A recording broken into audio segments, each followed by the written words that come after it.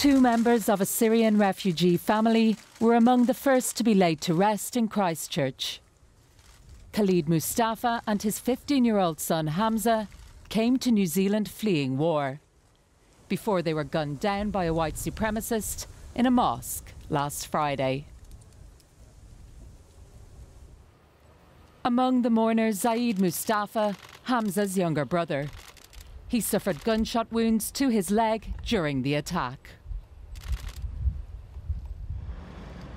Heavily armed police stood guard outside, another reminder of the horror of what happened.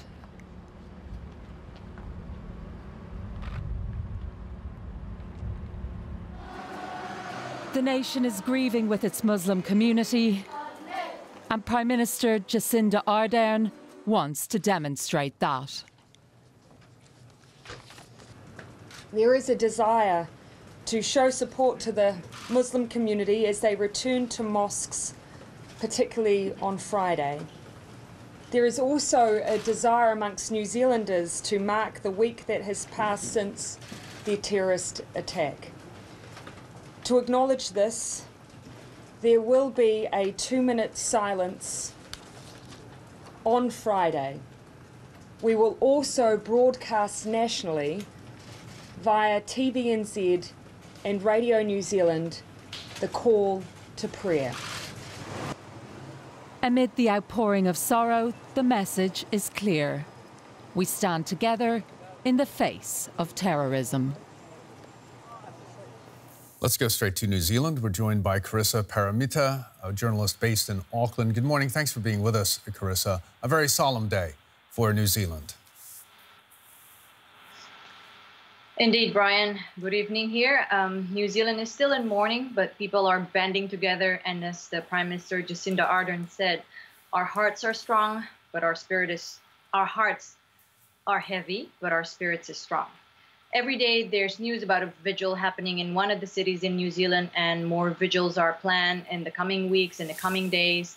And as 29 wounded victims remain in hospital with 8 in critical condition, including a 4-year-old girl who is in a specialized children's hospital in Auckland, people are still praying, people are still hoping, but I would say the general feeling is hopeful that these horrific attacks would only make New Zealand stronger as a nation. Carissa, the Prime Minister, Jacinda Ardern, was hoping that all the victims would be returned to their families by today. Has that been the case? Yes, all autopsies of 50 people who died in the mosque shootings have been completed. However, only 13 until today, earlier in the afternoon, have been released New Zealand time. And the first funerals happened earlier today too, that of the 4 victims, including the father and son who arrived from Syria a few months ago, Junaid Ismail, who is survived by his twin brother, and another victim whose name is suppressed. And hopefully they do try to release the bodies to the families by tonight, although it's already 8 p.m. here. And the police finished their investigation at the scene yesterday night, and works are currently underway for Masjid Al-Noor to reopen, so the Muslim community can return to pray there this Friday afternoon. Carissa, can you tell us how has this tragedy affected the national attitude towards gun ownership?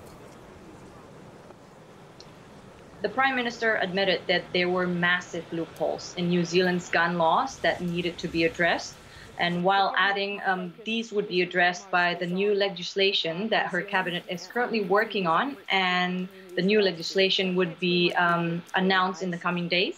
Earlier, the Finance Minister also mentioned the possibility of a gun buyback scheme.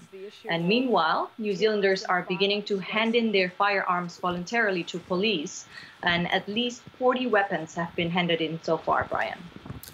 Carissa Paramita joining us from New Zealand, from Auckland. Thanks so very much for being with us.